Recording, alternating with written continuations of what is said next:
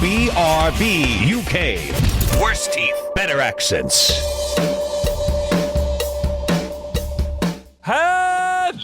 Hello, and indeed, ahoy hoy. Welcome on and all. It is episode 565 of BRB UK. Coleman is drinking the world's smallest coffee for you audio listeners, aren't you, Coleman? Either that or Coleman has just got ginormously big.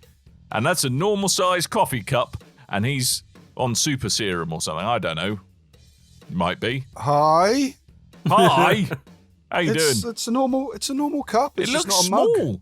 It looks small. No, it's the perspective. It bothers me. I don't know Got why. two Nespressos in there, mate. I'm Have fine. you? Whoa, living Wow. life on the edge. You'll be pooping yourself inside out with that kind of crazy action. 2 espressos, Coleman. Oh, not espresso. Lighting just the a longer brown coffee. touch paper. That's what you're doing. Definitely not. No? I've got to be careful. No. As you get older, coffee is something you've got to be careful with. Anyway, this is turning into the midlife grumbling podcast like it usually does. Hello, I'm Dan, one of your hosts. That was Coleman. He's another host. There's a third host. Hi. It's Tim, aren't you? Yeah, I am. Lovely. Good. Yeah. I'm glad we established that. That's great. Excellent. How are you Love it. this week, chaps? Thank you for holding the fort down last week when my work was being very silly again. My work All seems to be good. being quite silly quite a lot at the moment. It's all right. There was only enough room for 2 Spider-Men anyway, so that's okay. This is true. Yeah. Yeah, if there was 3 of us, we'd have to just remake that really terrible meme that everyone does where we end up pointing to each other like Oh, they do that in the game. that. Yeah. I've heard. There we go. This is probably best we don't add to that. I'm looking at the agenda. Something appears to be very, very wrong, Coleman. What's that? Tim hasn't got any games to speak about. Well, Well, Tim's I only mean- got Spider-Man. Yeah, And we I have spoke played a about it lot more last week. Spider-Man 2 and a few Okay, other little good bits, for you. but hey. It Yeah, so you're continues to enjoying be it a still? good game. Yeah, very good. Excellent. I've Main heard story very in good that things is about it. really, really tip-top. I see why you said not to avoid doing the flame side quest as well, Coleman. I got to the end of that as well, and that's very Yes. good. Yeah. Good. Yep, yep. I like that. Well done, you. Mm. Well done, the both of you. Yeah, I've platinumed it now. So Woohoo. I'm done with Spider-Man until there comes some kind of DLC. Yeah, I mean, I've been... What is going on? There seems to be like... You wait ages for some... I mean, we have had good games this year, but you wait a couple of months for a good game, and then all of a sudden, a bunch of absolute corkers come flying out the gate, because there's Spider-Man 2. I've played a little bit of Alan Wake 2. I'll Ooh. touch on I'm that in a keen minute. to And hear there's about Super that. Mario Brothers Wonder, which I understand you've played as well, Coleman. I haven't played it, but you have played it. So, yeah, lots of typically top games, mate. Yep, sorry, won't all smash in 90 for reasons I can't explain. Good. I can tell you a little about Alan Wake 2 if you want. Oh, yes, please. Okie doke. Do that. And Please do. and the struggles. I hear good and things. and the struggles of me attempting to remember what the heck went on 10 years ago, 13 years ago in Alan Wake 1. Yeah. So it does so this exists unsurprisingly in the same universe as Alan Wake 1. But Say also, what? I know, right? I know. Hold the front door. But also the wider universe that contains Control as well. And I hear that is of particular relevance in the later stages of this game. I've only completed the first chapter, so just complete honest. Okay. This is really early impressions. And I have read up on Alan Wake the first, just to make sure I understood what was going on. So you return to I Cauldron remember Lake. batteries. That's about You it. remember batteries? Yes, there are still batteries, Tim. I can confirm that. Batteries still Good. power torches. The world hasn't gone upside down. Cats aren't friends with dogs. It's okay. Oh. I know, but so you return to Cauldron Lake, which is a lot of the setting of the first game was, and there have been some new murders, ritualistic murder. And the law. In Cauldron Lake. So you start off playing as an FBI agent, and you start to investigate what's going to happen. And it's just really, I forgot how good Remedy were at this kind of frame narrative storytelling. It is so good. Right off the bat, really engaging, brilliant kind of introduction to the characters. Doesn't feel gimmicky, which something like this obviously could. Absolutely loving what I've played so far. A lot of characters return in interesting and unusual ways. And I'm not going to say anything because if you remember the events from the first game the character you meet first it's going to be, oh, wow, that's really cool. So lots of awesome stuff to experience in this game. It feels very deep, very rich. It looks absolutely fantastic. All the acting so far has been absolutely spot on. I cannot wait to get more stuck into this. I've only done a little bit of survival horroring so far. It's largely been kind of exposition and story building so far. But yeah, it looks like it's going to be an absolute corker. We'll report back next week. But yeah, already this is well up there with one of my favorite game experiences of the year thus far. I have a question, Mr. Dan. Yes.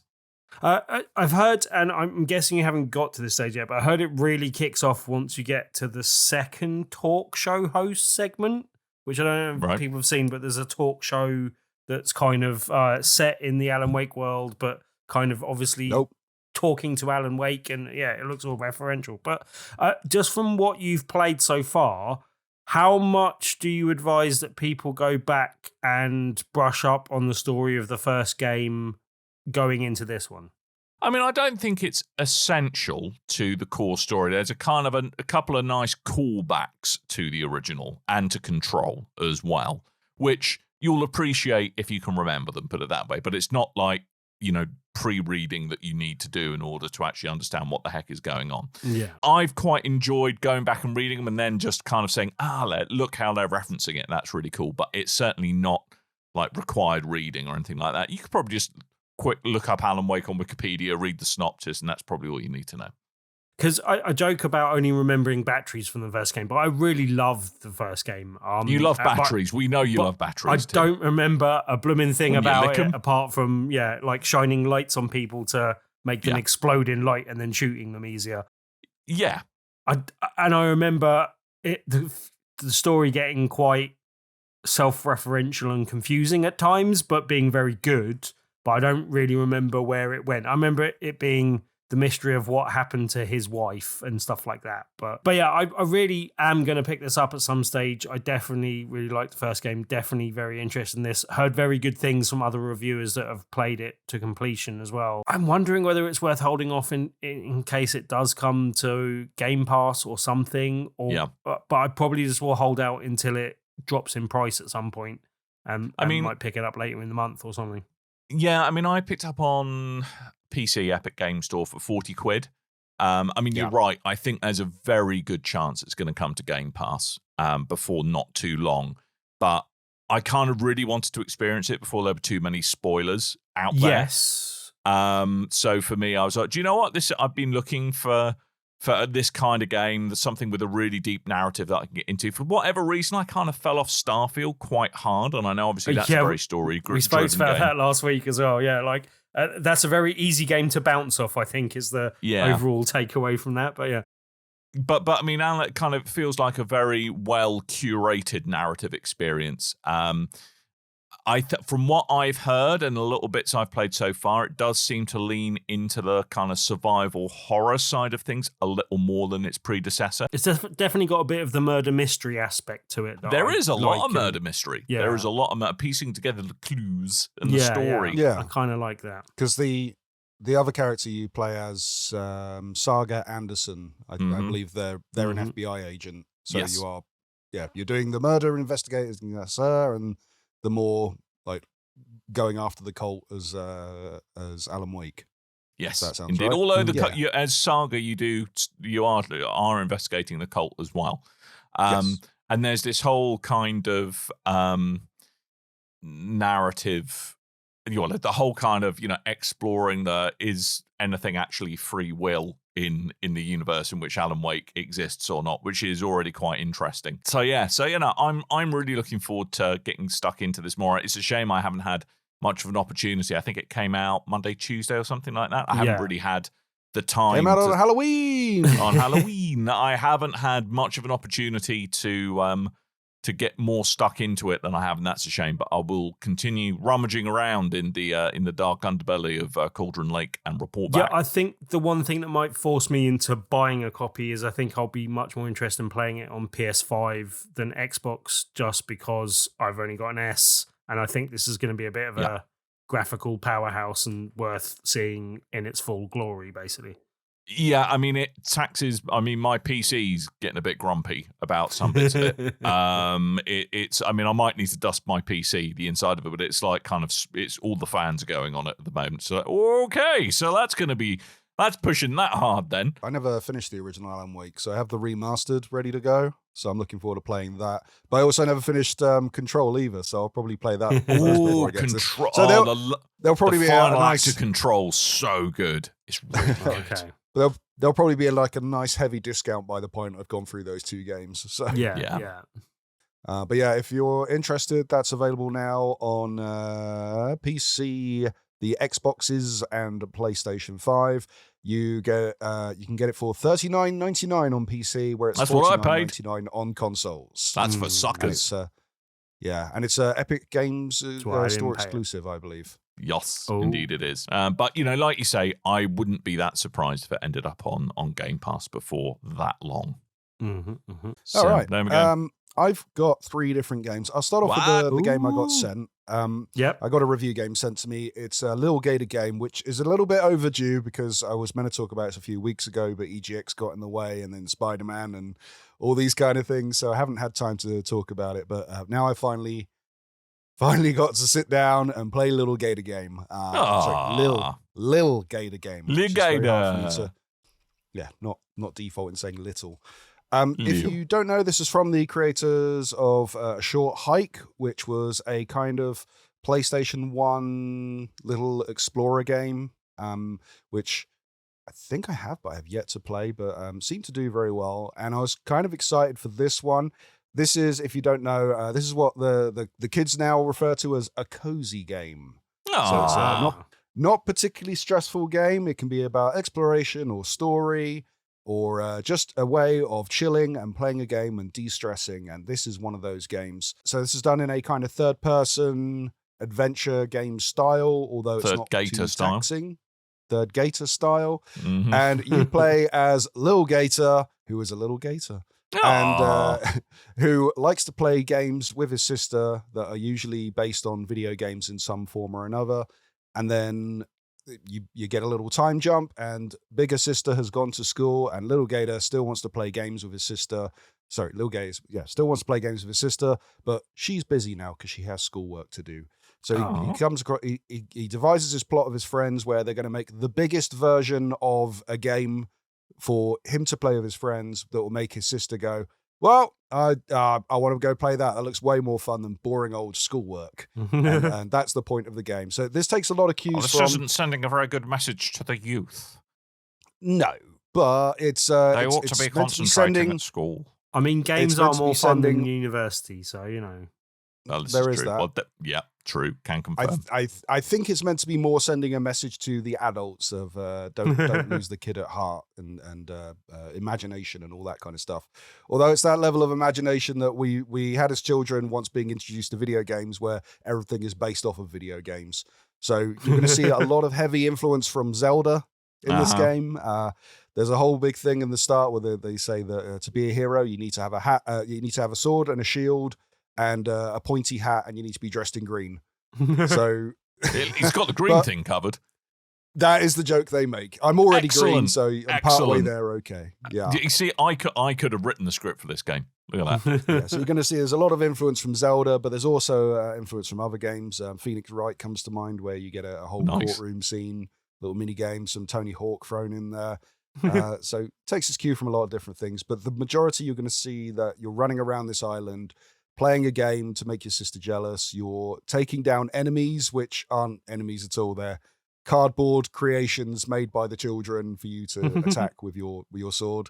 And you're collecting confetti and doing quests for either your friends or other adults around the island. It's cute. It's a cozy game. It's not at all difficult. It's going to be fine for a kid to play, but it's going to be one of those for you to sit down and relax if you're into the cozy game genre. I like it just fine. It's not exactly screaming out to me because I am way invested in... I don't need a de-stress game at the moment. I'm enjoying like Spider-Man and all the other newer games that are coming out as well. But this is one that I'm going to come back to at some point, I think. This kind of shares that sort of vein as an Animal Crossing or what was that? Was it unboxing or unstacking or the one where you're unpacking? Unpacking, that was it. Yeah, it's one of those kind of games. Just lie back, relax, and don't fall asleep playing your video game. I mean, it looks to be a reassuring amount of whimsy in this game, and I quite like a game with whimsy. It is incredibly whimsical, and I do like the style as well. It's got that GameCube Wind Waker sort of style to it. But if you preferred more of the more kind of pixel voxelness to it, where they had in the Short Hike, there is an option in the settings to switch it to that style rather than have the smoothened out pixels. But yeah, it looks cool. I like it. It looks cute. This will be one of the cheaper games that I'll be talking about this week. Right. This is available on PC and Switch, which has been for a little while now, for $16.75. You can get it on Xbox for 1 penny cheaper, $16.74. Go there. Or, do the things there. Or on the PlayStation by Grabthar's Hammer Water Savings, $15.99. By Grabthar's Hammer. Yeah. That's very peculiar. Might want to be looking at the newly released Water PlayStation savings. version of the game. But yes. Although this Very looks cute. a nice little snuggly fit on my Steam Deck, I have to say. Yeah, I could see this being a good one for Steam Deck. This has got humble choice written all over it. Oh, now that is, however, a really excellent point. Let me go there now.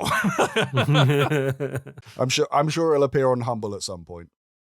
Almost certainly. Well, it just looks a really lovely game. You know, sometimes it's just nice to have a really lovely game. A lovely game that you don't have to, doesn't stress you out. It's just a lovely game. I like a lovely game. All right, let's talk about one of the bigger everything has to be got... zombies with their dicks out. You know what I mean? So, wow. I'm going to go Play for Alan your Wake, recent you'll release. understand. Will you shut up, Dan? We're going to talk about nice games now, Dan. We've done the horror murders. I hope that's a box quote. Little Gator, less stressful than zombies with their dicks out. Super One Mario day Brothers. I will get on box quotes. It will happen. Moving on, I've got 2 different games from 2 different 90s mascots that we all loved as children. That they've gone back to their roots, but innovated in... Will you shut up? 2 different games from 2 different company mascots that have gone back to their roots, but they've innovated in different ways. And we're going to start off with Super Mario Brothers Wonder, which Never heard of is them. one that we've spoken about recently because me and Tim were playing this at EGX. And this looks so good. I remember a complaint, Tim, was you were playing as Yoshi and complained that the game, you didn't get to use any of the abilities and stuff. And I've actually found out why that was now. Is it because Tim lacks the cognitive capacity to operate a Switch controller? No, it's actually because Tim managed to figure out a way of playing Mario in novice mode. Nice. So in this game, before I get into what the actual game is, you get the choices of Mario, Luigi, Peach, the princesses, Daisy and Peach. Mario, Luigi, Peach, Daisy, and the Toads. But also you get the option of some Yoshis and Nesbit. Those characters, James? the latter ones, James no, Nesbit. He's like a rabbit that was introduced in Super Mario Brothers New. And if you pick any of the Yoshis or Nesbit, you can't take any damage from the enemies, and you can't use any of the abilities because it's baby children mode. The hell? So they didn't make that clear. That'll be why it says it on the character select screen. Well, I wasn't paying enough attention. Well, what a surprise. There's like lettering at the bottom that says, warning, if you use Yoshi or Nesbit, then you can't use any abilities and you won't take any damage from enemies. It's like, Tim found novice mode. You're officially not tall enough for this ride. So I found that very funny. Right. This is moving away from... we kind of had that period where Mario moved into 3D and a lot of people liked Mario still, but you had the naysayers that went, I prefer Mario at 2D, and we had that for a long time, and along came Super Mario Brothers New, which was on Wii, and then they just kept making that same version of game, improving on it, but keeping that style, and it didn't really gravitate towards a lot of people didn't really gravitate towards that. This time they've gone, right, new 2D Mario Brothers game, in the same sort of style as new, but we're switching things up. New powers, new world, new characters. There's voice acting and stuff in there. It's all very interesting. So we've been taken away from the world of Mushroom Kingdom, and we've gone to Flower Kingdom, which you've been invited from Prince Florian. And in that world, there are these things called Wonder Seeds, and there's a Wonder Flower, which Bowser steals the Wonder Flower and, merges with a castle. You what? So hang on. The flower merges with the castle, or Bowser's now a castle? Bowser takes the flower and uses it to merge with a castle. So now Bowser is a giant castle that can float through the sky, land wherever he wants, and cause chaos with his wonder energy. So you are now embarking on a quest to help Prince Florian, I think that's the right pronunciation, to go out and find the Wonder Seeds to gain yourselves the power to go and fight Bowser and restore the peace back to the kingdom. Right. The Wonder Seed sounds like a 90s band, but still. You're thinking a little Lightning Seeds, mate. Lightning Seeds, or Wonder Wall, which was a song from Oasis, which I'm sure no one's ever heard Mike of. Flowers Pops, the better version. The better version, indeed. The better version. The better version, indeed. Yes. So immediately you're going to notice with this game, yes, it has that kind of same style as the previous 2D Mario games, the newer Mario games. However, there's something is amiss. There are flowers kind of sat around that are talking to you along your way.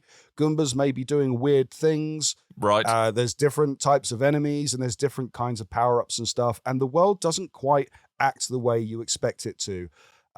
So especially when you collect in each level, there'll be 1 or 2 Wonder Seeds for you to collect. Mm-hmm. One will be for completing the level, and one will be hidden within the level. If you can find a Wonder Seed, it will change kind of like a day mode tonight where everything kind of goes weird and wonky and fun. And it kind of reminds me of the Rayman, the later Rayman games where... So, for instance, I found a Wonder Seed, and all of a sudden, piranha plants started singing a little song. Right? Is that fun as in? Is that fun as in? But with the danger of like it turning into a bit of a bad trip.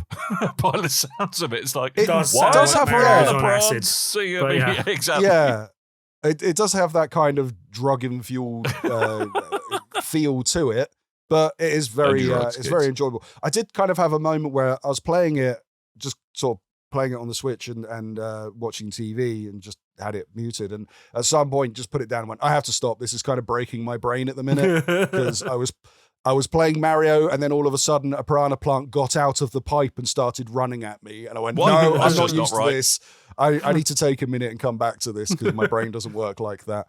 I mentioned previously when we were playing the EGX version build of the game, there was a whole thing where I was running along and ran towards the side of a pipe and realized that my character entered a push animation. I went, hold on, went back, and you could start pushing the pipe along the floor to do weird puzzles and stuff with it.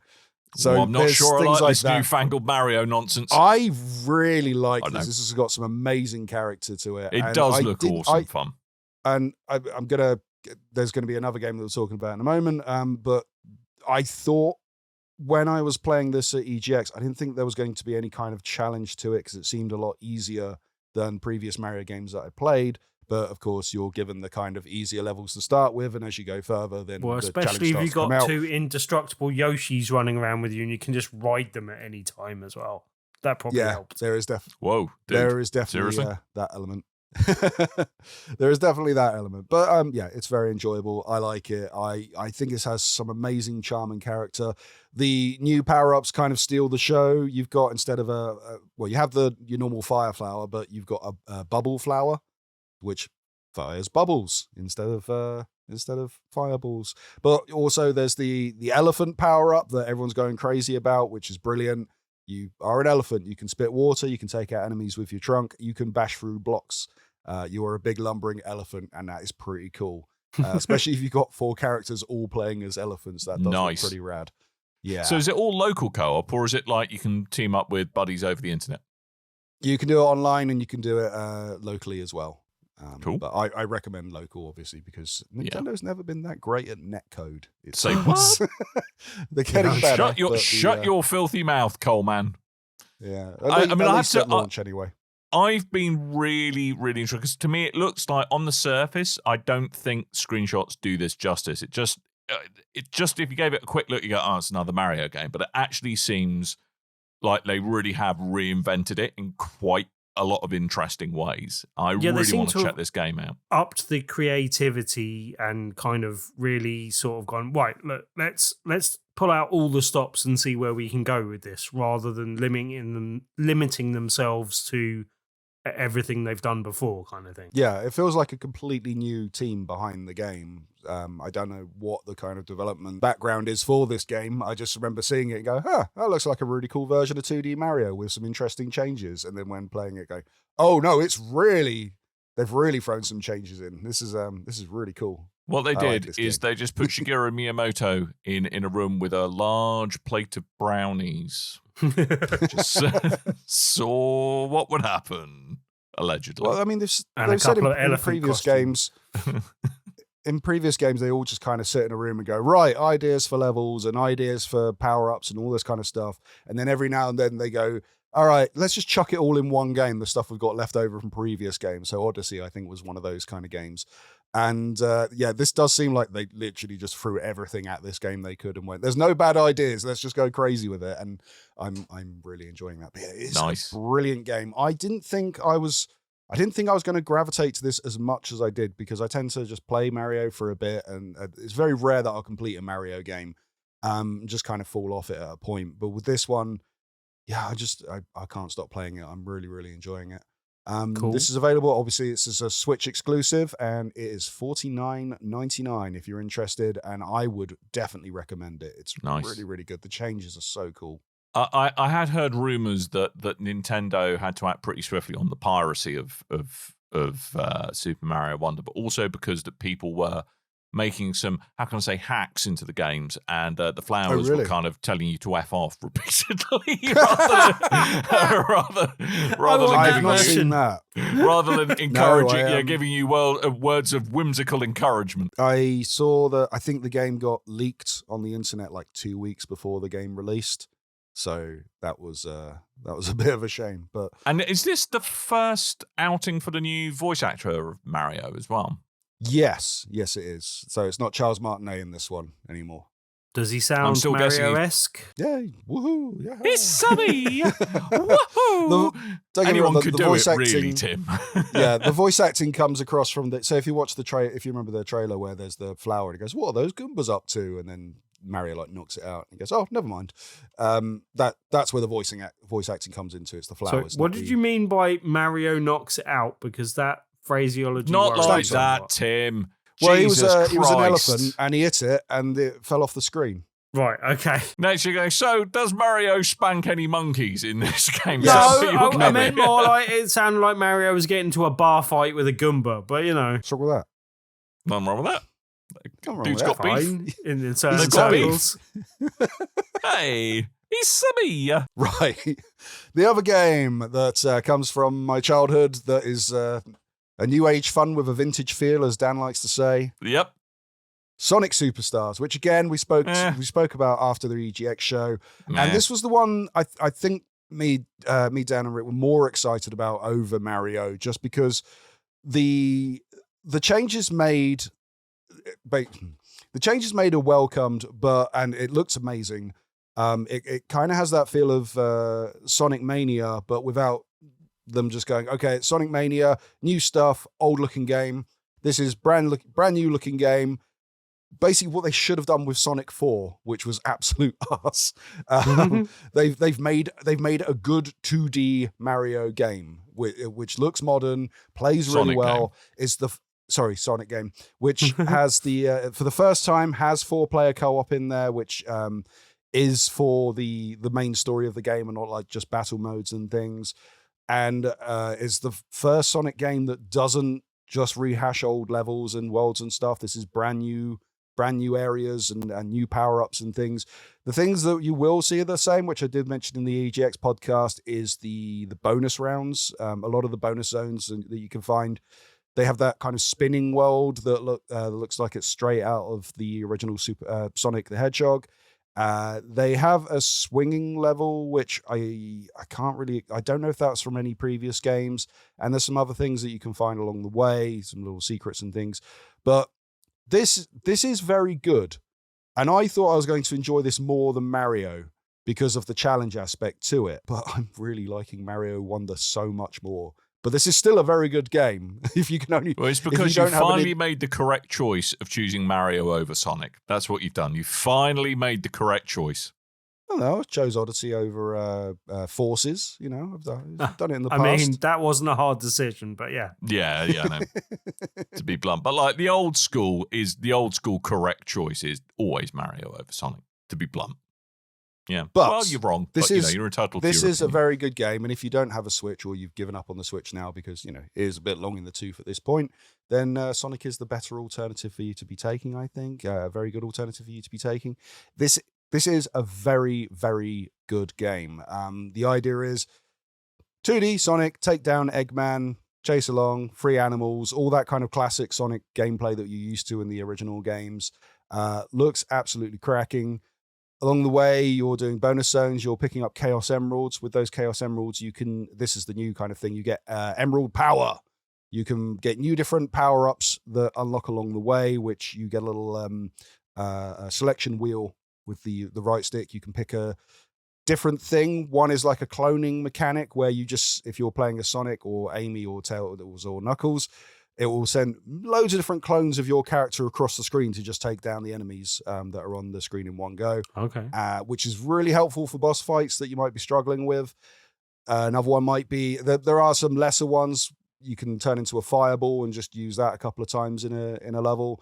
There's one where you can have water powers, which will help you travel up waterfalls, but that's very limited. Don't go to chasing certain waterfalls, Coleman. No, I will, because in Sonic you have the ability to do so. But that's a kind of wasted ability in some levels because there aren't waterfalls in every level. But it's that kind of thing of, there's the whole thing of Sonic is marketed on, it's a fast game, you're a fast character, gotta go fast. And I think they're actually using gotta go fast as the tagline for this game. But the kind of real enjoyability in single player Sonic is going through and finding all the secrets and trying to get all the emeralds and be like the most powerful version of Sonic you can be by the end of the game. And that's what this is. It's the slowing down and the exploring where you're going to get the most enjoyment out of it. Now, there are some downsides. Unfortunately, this has some, and one of the best things about old school Sonic is the music. Right. This has okay but forgettable music. Right. However, has some of the worst sound mixing and sound design in some of the sound effects that I've ever heard in a Sonic game. And I don't know why. There's things like different chimes and stuff you get from collectibles that you'll hear several times, and it's kind of ear piercing and it doesn't sound right. And the music is kind of drowned out by everything around you, even if you turn it up in game. It's not a big problem. It is just a bit of an annoyance, especially when you look at kind of the legacy of Sonic games previous, especially when you look at the 2D Sonic games. However, still very enjoyable. There's like a whole new game mode if you unlock it, that you unlock and kind of extend the longevity of the game. There's some really cool hidden things in there. There's some Lego stuff that you can have Lego characters, I think, which were done pretty sweet. I think they're pre-order characters, and some are ones that are in the digital edition, and some are ones you got to purchase and things. But then there's also like levels where you can be pixelized, voxel-looking characters that look very cute and cool. There's lots of new power-ups and things. It is much like Mario, it's a very enjoyable game, but much like original Mario versus original Sonic, even though they're platformers with mascots, they are two very different types of games. So your preference is going to be based upon your taste. I really like Mario. I like Sonic. Okay. Wow. They're both recommends. I have a question though, Mr. Coleman. Okay. Does that, and I don't know because I'm guessing you've played both of these games majoritively single player so far. Yes. But I don't know how much of the multiplayer you've played, so I don't know how well you'll be able to answer this. Absolutely none. Okay. Because what I was going to ask, and maybe you get an impression of, but just how much the games change when you're playing multiplayer and if it changes from 2 to 4 players, and which game you would recommend for people playing with a certain amount of people. But I'm guessing you can't answer that question fully or at all at the moment. Then. No idea. Okay. No idea. Unfortunately, so bring them round, and we will play some multiplayer and see how much you hate playing with me, and then we'll see. Maybe. Fair enough. If you're interested, it's available on both PlayStations. It's available on all the Xboxes, and it's available on Switch and PC for $54.99. It's the most expensive of the games I've been playing this week. I found it for a pretty heavy discount. I think it's Game Collection I got it off of, and I had some points saved up on there. So I think it cost me around 40. 30 rings. Sure. Yeah. Nice try, Tim. No. Nice try, Tim. Oh. Nice try. Nice try. So that's what we've done played. Now we're going to talk about what's done happened this week. And my lordy goodness, some stuff has happened. That's right. Stuff has happened. And things. In the world of video games, particularly close to home for me, in my own backyard, Bungie. Bungie. Oh, Bungie, what have you been doing? Well, what they've been doing is laying a bunch of people off. So, cast your minds back, if you will, approximately 1 year. Bungo were bought by Sony. Yeah. Yes. They wanted some of that live service game pie. Like, I want some of that. And as part of that package, included quite a considerable sum of money to help employee retention. So people felt, all right, okay, we've been bought out, but we're in a good place. Fast forward a year, lots of layoffs. They've got rid of approximately, well, the exact numbers are unknown, but I think it's like 8% of their workforce is what it's come down to. I think it's in the high double figures, very low 100 something. And they've affected just about every branch of the studio other than senior management. Surprise, surprise. Oh, there's a surprise. There is a surprise. So they have fired their community managers, both of them, and also the associates and their social media manager. They have fired a number of the narrative team. They have fired a bunch of QA people. They have fired a bunch of HR people. They've also fired the principal composers of the soundtrack, which I think has always been one of the bellwethers of Destiny, that it's generally had a pretty incredible soundtrack. They're gone. But they always seem to have very weird things around their soundtrack, like the original composer that they were bringing on from Halo to Destiny, the stuff with Paul McCartney. Like, there was always weird involvements with their soundtracks and Bungie. Yeah. Since we got to Destiny. I mean, there's been no abject weirdness recently, I would argue. I mean, I would say that the soundtracks generally have been part of the real atmosphere to it. But in a wider thing, it sounds like people that they can't do without. Surely they need community managers and others of those roles. It sounds weird, no? So there's a lot of swirl around this. So I think the couple of facts that have come out there is that these layoffs were driven not by Sony, but by Bungie, because there were rumors going around, kind of people pointing at recent evidence of like all of these studios that have recently been bought by Sony. Oh, look, all of a sudden they're having to jettison staff so that Sony can manage certain things centrally. That apparently is not the case here. What it was in response to, however, was Lightfall, the most recent expansion, performing well below expectations. And in fact, Destiny missing its revenue target by 45%. Oh, yeesh. Which I can see, if your revenue targets are what you're putting up to potential buyers of your company, that could cause some problems. So there's that. There are rumors, as yet unconfirmed, that Final Shape, the last scheduled expansion for Destiny, that Final Shape is going to be delayed from its current February launch date to the summer. That has yet to be confirmed. Bungie's own website currently says still a launch date of February. It's also apparently that internal playtesting feedback has been that the Final Shape is good, not great, and they need to sort that out. And Marathon is also going to be delayed, apparently out through 2025. So, yeah, it's all a little bit... None of that sounds good.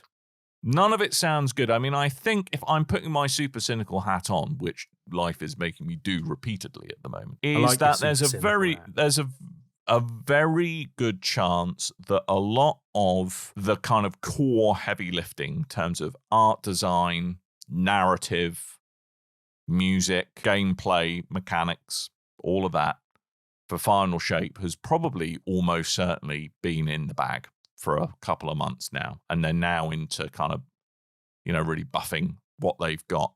And the cynical in me is like, well, that's a clear sign they are done with Destiny. And it's like, right, you've done what you've done what we need you to do. See you later. Toodaloo. Off your pop. I mean, the problem is none of us have perfect information here. It's a bit difficult to know. I mean, what is to me quite jarring is that, they've kind of really, this came completely out of left field, especially in the context of there being a lot of money from Sony apparently for employee retention. And really, they're not being much in terms of warning shots internally, at least what's been reported. And also just the people they've got rid of seem pretty central for, certainly the community managers. If you're trying to stick the landing of the final expansion and kind of set it up as a live service game going on in terms of drip feeding content, really they're the people who you need. And if you are worried about, people disengaging from the game, having a good social media team and good community managers there would seem pretty central to that. So, weird times. It's been interesting because as it's happened, the majority of the information seems to be coming from either disgruntled ex-employees or disgruntled employees. It's either people that aren't happy that they got laid off or people that aren't happy that their colleagues got laid off and are quite happy to just talk S about the company. So, it's been interesting, like piecing that up from all these different game sites and stuff, because they all seem to have different people that are willing to just come out and say stuff either on the record or not. Yeah. Although some of the stuff is a little bit tone deaf, I have to say, from Bungo's senior management. Definitely. Like kind of Pete Parsons, who's the Bungie CEO, going on Twitter, basically saying, "Look, I feel really sorry for these people. They're really great. Give them a job." It's like, dude, just if you really care that much about them, probably that's not the most sensitive way to do it. Just stay clear of social media. I believe the issue was he went on Twitter and said that, and then in the internal town hall, he went, "We've kept the right people." Yeah. You've just made it sound like you've just got rid of the chuff, and then gone to the public and gone, "Oh, we're really sorry, we had to get rid of them." Yeah, I mean, unfortunately, businesses can be cutthroat. Oh yeah, definitely. And it's a very cutthroat industry, but yeah.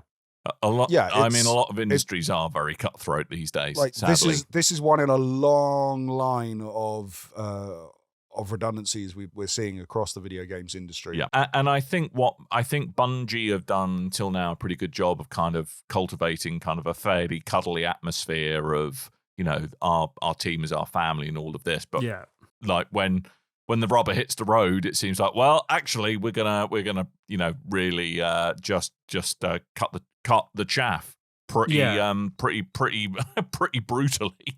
But that's one thing we should say. Like Coleman was saying, there has been quite a few other layoffs that we haven't particularly talked about on previous shows. I think we're talking about this one just based on sort of timing of other things and the fact that even though we spoke about a few big games this week, I wasn't talking, so we've got a bit more time than normal. But also, this is something where, Dan, the studio well, the game well, you've been listening to what's going on and are reasonably well informed, and we don't always feel empowered to talk about the other game. But that's not letting the other studios off the hook. It does seem like an industry that is very bad at doing this, very bad at staff retention, very good at having massive layoffs, even in a situation where, as you say, they got a lot of money for some of it with staff retention in mind. And this is weird because it doesn't seem like this is helping Sony, who just acquired the studio, in delaying the last portion of Destiny and in delaying Marathon. That seems like it goes against what Sony would want and what Sony paid for. So this seems a bit weird. Here's a little, if the final shape were to be delayed, that would push it into the next fiscal year for Sony. Right, yeah. So go figure on that. I mean, I think it is just the real kind of whiplash people have had from this. And I think, unfortunately, we've seen this again and again, not only with games, but in other industries as well, where we get it. It's business. You got to make, at the end of the day, sadly, businesses exist to generate cash for their shareholders. But you can do that in a good way, or you can do that in a way that, frankly, doesn't remember who the humans are. And far too many times in the games industry specifically, it does seem that there are massive layoffs because of the cyclical nature of we need these people now and we've done with these people, so we don't really need you anymore. And that does seem, there are other industries like the movie industry and other things where that might be the case, but it does seem particularly prevalent in the video game industry, and like it's a particularly bad actor in this kind of space and doing these sorts of layoffs. But also we've seen it, like we've seen it in the past before, where studios get shut down, or there's layoffs in general, or people get moved around companies and what have you. But this is, to like my knowledge, the first time that we're publicly seeing that the layoffs are happening, but they're trying to be very quiet about how many layoffs are happening. A lot of different companies are doing that now. Well, because they know they'll get Games bad press to for mind, it, CD basically. Projekt is another, Bungie is the other. Yeah, I know. But they're doing it in specific ways to kind of hide the number, basically. Yeah. I mean, I would imagine any continuing employees will have been told, you do not share anything about this if you want to keep your job. Yeah, of course. Yeah.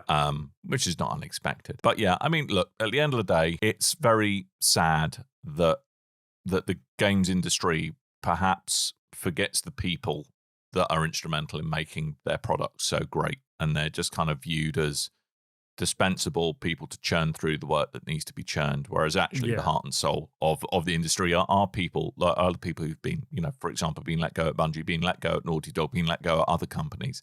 And it's just dreadfully sad to see. And again, I maintain that, look, okay, we get it. It's business. Business is a cutthroat world, but you can do it in a way that treats people with respect, or you can do it in a way that doesn't do so. We don't know all the details. What's here? Obviously, there you're going to see very polarized points of view on social media. I think all we can say is just we hope that everyone who's been affected directly or indirectly is okay, and that hopefully they're going to continue to do great things that makes them happy, as well as kind of helps to deliver great games as well. So sucks, man. Yeah, sucks. I like to say the way you express it there is a lot better than the way I've heard other people express it this week with, we hope everyone lands on their feet. I'm like, they're not cats, dude. Like that's not the way to do it. Like, anyway, but yeah. Okay, expression. I don't mind. I just think it's an odd one, but yeah. Couple of quick ones, nice and easy for us to get onto. And Kelsey, let me tell you about these delays, because you're not gonna guess. Guys, you're not going to guess. What? So the day before, right? Once highly anticipated and then became very laughed at, right? Zombie MMO third-person shooter game, right? Has been delayed again. But say what? The way this keeps happening is the developers. I'm trying to remember their name off the top of my head. Fantastic. Missing the A. Yeah, they've got this very weird mode where they go, okay, here's our game, early access, like up on wishlist it on Steam, get all excited, get hype. It's coming out on this day, and then either a day or a couple of days before their release date, they go, actually, we pushed it back. It's back by however many months, or back by a year. And they've been doing this for a little while now. I think this is their fourth or fifth delay now. So they pushed it back to, they've changed their tactics slightly. They've put up trailers that look a lot more achievable than their first proof of concept trailers. Right. And look a little bit better, in my opinion, to their previous trailers. That they were just copying, what was it, Call of Duty Black Ops 3, I think it was. Just shot for shot, copying their trailers. But now they've shown you more of the MMO aspect, they've shown you a bit more of the game, and they've gone, right, December the 7th, the game is out in early access. Once the game comes out fully, we're bringing it out to PC and console at the same time. Right. And from the trailer I'm looking at, I've seen a lot of people laughing at it because it doesn't look as good, like highly polished as the first couple of trailers they've shown off there.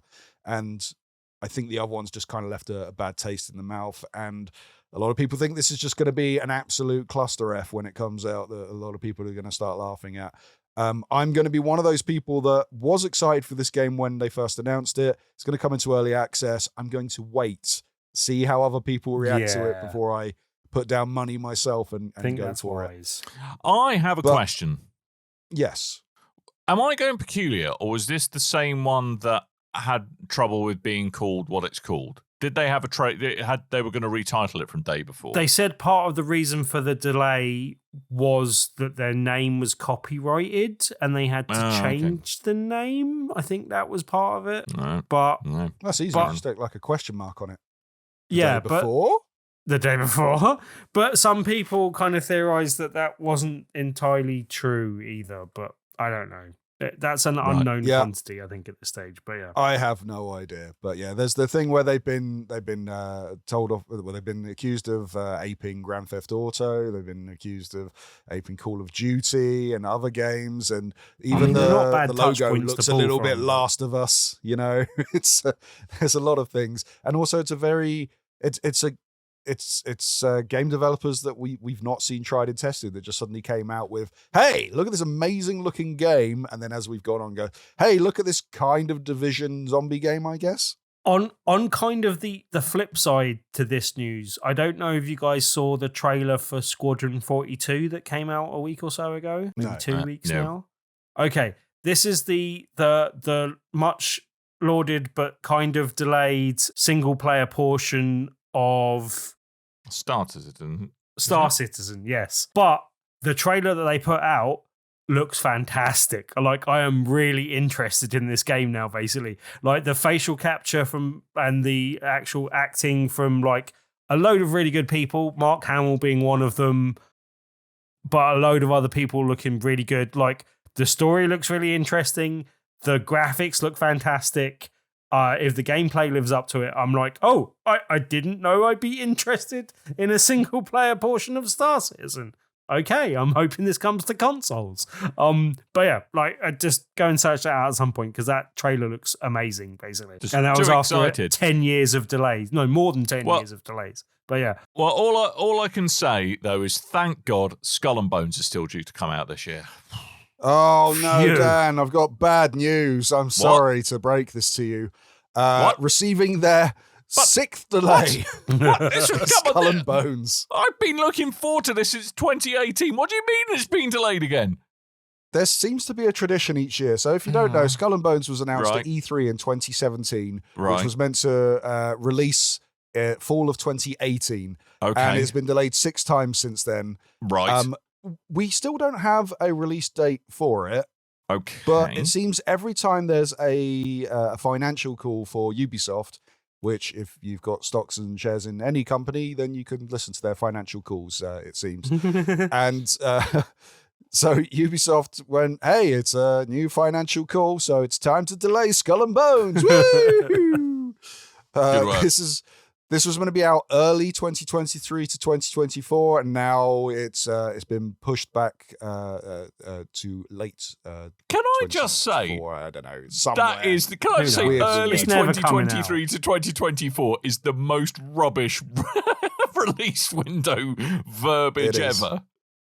Is it early 2023 to 2024? Is it early 23? Is it early in the 23 to 2024? Is it early 2024? I don't know. Who can say? They can't. But they definitely can't. Nonsense. Stuff like this really gets my bloody grump on, I tell you. It's ridiculous. I just want to be a pirate. Oh, wait. There's a perfectly good game in the shape of Sea of Thieves. I think I'll just play that instead. Yeah. The funny thing is, I mean, because... wasn't this announced at the same time?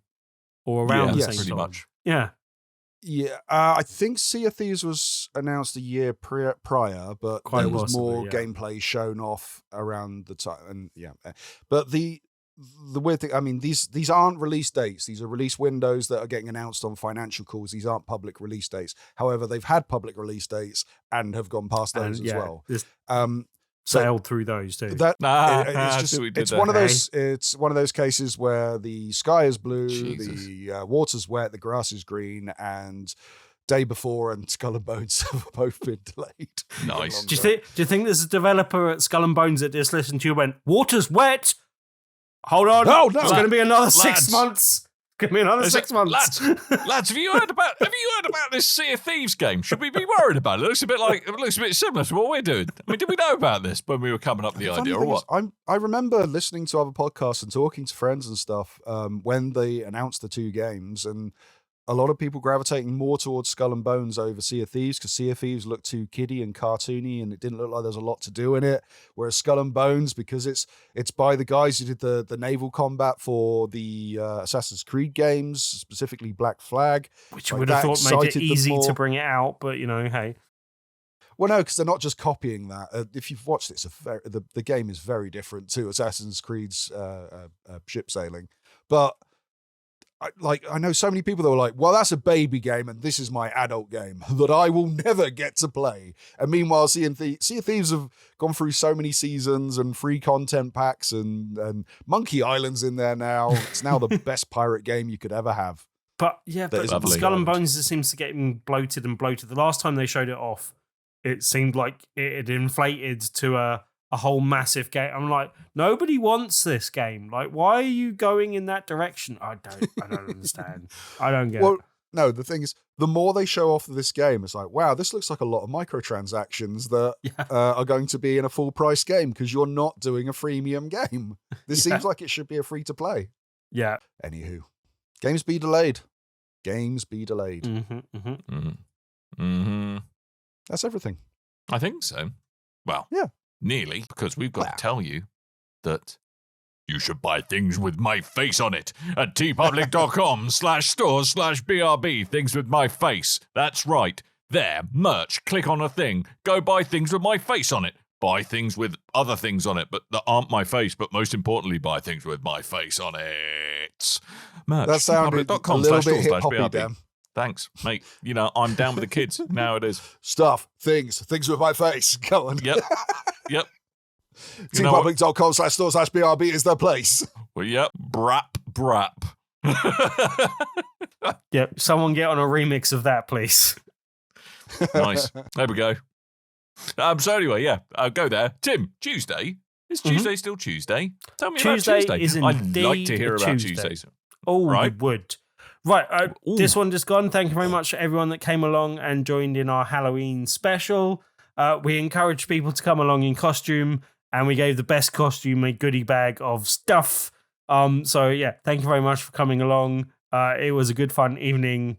That was a good one. This week we are doing a special for a group of games from Alley Cat Games. So we will have a copy of one that I really like is a little game called Tinder Blocks. You're kind of building up little wooden blocks and using a pair of tweezers to kind of build these little campfires and things. It's a fun, cutesy, easy to play game, but we'll have a selection of the games, including, I think, Castronauts and a few other ones. I advanced a copy of their... Yes, Castro in space. It's like astronauts, but with Fidel, cats. So it's because Castronauts sounded Catronauts. Catastronauts. Because Castronauts could either be like kind of communists in space, or could be intergalactic eunuchs. It's cats in space, Dan. Cats in space. You would like it. It is good. It looks fun. But selection of their games. I also took along the game that we were going to have for this week, but it was too perfect to not bring it along for Halloween. So Phantom Inc. is available to play in Loading Bar as of last week, which is another one of Alley Cat's games. But we'll have a selection of Alley Cat's games this week, and you can win a copy of Tinder Blocks just by coming along and playing any of Alley Cat's games. They generally make really nice, cutesy games. Some of them, and Tinder Blocks is one of these in a little tin. They make another one with cats in a tin as well. Cat. Call the RSPCA. Can't put cats in a tin. Yeah, it's not animal cruelty, Tim. Not real cats, but little cramming cat a cat into a tin. Poor little cats. Babe, hurry up Jesus. and cram that cat into a tin. I got to You're get like a that tabletop woman. Tuesday. You're like that woman on the news a couple of years ago, only with tins instead of bins. You monster, Tim. more than You a couple of years ago. monster. Yeah, I mean, I can neither sicken confirm me. nor deny that that's where Alley Cat Games gets their name from. I don't know. But yeah. Wow. Wow, throw them under the bus. Jesus. But as I said, they do make really cutesy little games. Some of them involving cats, not always cats. But yeah, come along if you. There will be more information on the top left-hand corner of Big Red Barrel if you want to get information, or you can join the over 2,000 people in our meetup group. And search for Tabletop Tuesday on meetup.com, or just come along to the Loading Bar in Stoke, Newington. And yeah, win a game just by trying out any of Alley Cat's games on Tuesday evening. There we go. That is a Loading Bar Tabletop Tuesday at the Loading Bar in Stoke, Newington for Alley Cat Games stuff. Sounds Lovely. good. I do not recommend putting cats in tins because otherwise it might throw off your pet cat. They want food. You pick up a tin. You go, I'll feed you some food. Hobnob's hungry. He is. Crack open the can. He's all Well, he's excited. actually having And a then bit out of pops sleep. another Tin. cat. Then He's you having put a the sleep. tin in the bin, not a cat. He's having a sleep. Yeah. He's had his little food. He's having a nice little post nom nap right now, aren't you? Nice. He doesn't care because he's had food. No, he doesn't. He's a cat. He doesn't care. He's still breathing. Just thought I'd check. Good. It's like, wow, he's really still. If you have definitely still enjoyed the breathing. show, if you have enjoyed the show, you've got weird taste, but thank you for listening or watching if you're on YouTube. You can get a hold of us on bigredbarrel.com. Over there, we keep all our news, our articles, our podcasts, videos, anything that are there for you to peruse. And there's a comment section where you can comment. There's also a link to our Discord, which I flashed up on the screen on our YouTube version. filthy of bugger. The podcast. You can go over to Discord and talk on there. Recently added to Discord in the PC chat room section of Discord. I have started throwing in all the codes of miscellaneous Steam games that I don't want.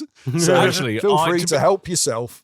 To be honest, I think I've probably got a few from Humble Bundles that I've accidentally bought games on. So, as the usually where they come festive from. season approaches, who knows? I may empty my sack into that channel. You lucky things. Yeah. Okay. If it goes to, I usually offer Stroke the contents of my sack out into the channel. There we go. I usually offer surplus codes out, and if I don't get any bites, then they just kind of sit there. So I'm just going to chuck the codes on there and then put them in the ether for those to do what they want with. If it takes off, then we might make a separate room for it or something just to share codes between people. I think that I've might be made a Tim good uncomfortable. idea. Yeah. So, yes, on our Discord, you can talk to us on there. We also have a Facebook, an X, and a Threads, all called @BigRedBarrel. And we have a YouTube, Big Red Barrel TV. You can ask us questions. You can give us suggestions. You can comment on the shows and talk to each other. It's a great thing you can do. And also, you can leave us reviews on whatever review, podcast, platform thing that you are listening to us Just with. Eat. So, yes, if you're listening to us on Just Eat, I'm sure you could review us if we were a restaurant, Dan. Yep. Just Eat. I No. want our 1 out first of Just Eat 5 review. did not deliver my noodles. Yep. Tim Just never saying, washes his hands. So, He's for a instance, dirty man. He's a dirty bugger.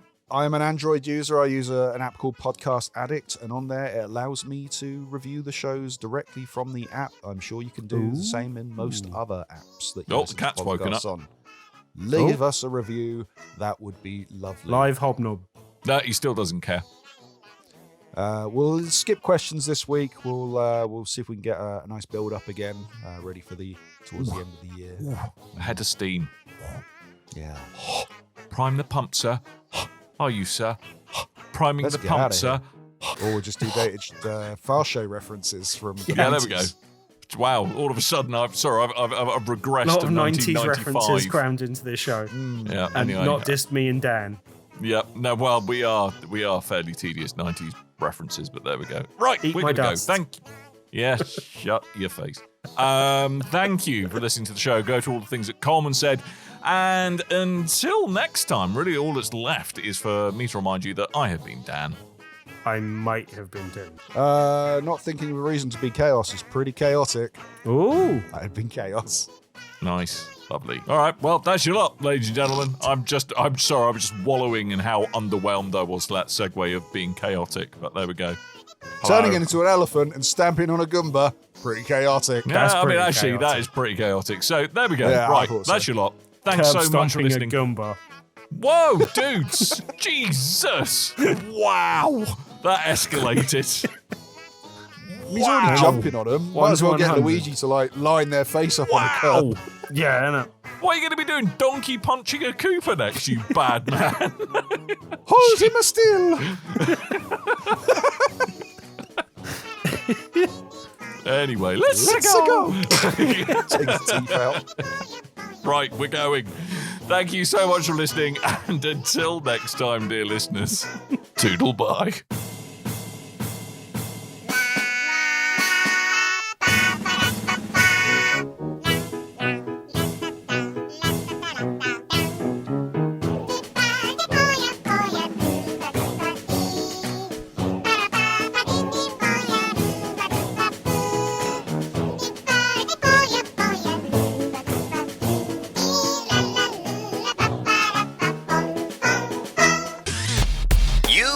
Your ears are quite welcome for the podcasting goodness that you just heard.